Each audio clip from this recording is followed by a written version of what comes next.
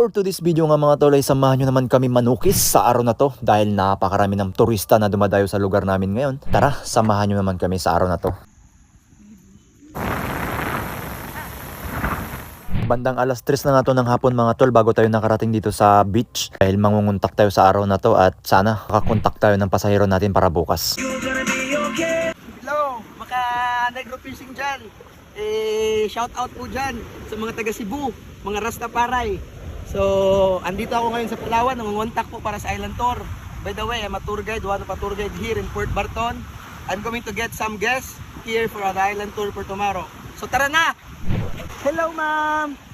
Hindi na nga pinatagal ng kasama ko mga tol ang pagkausap sa mga foreigner mga tol. Ang problema lang, halos silang lahat ay nakausap na rin ng ibang mga local dito. Kaya yung iba ay kasama na sa iba at na late kami sa araw na to. Kaya buraot na lang tayo mga tol. Let's go!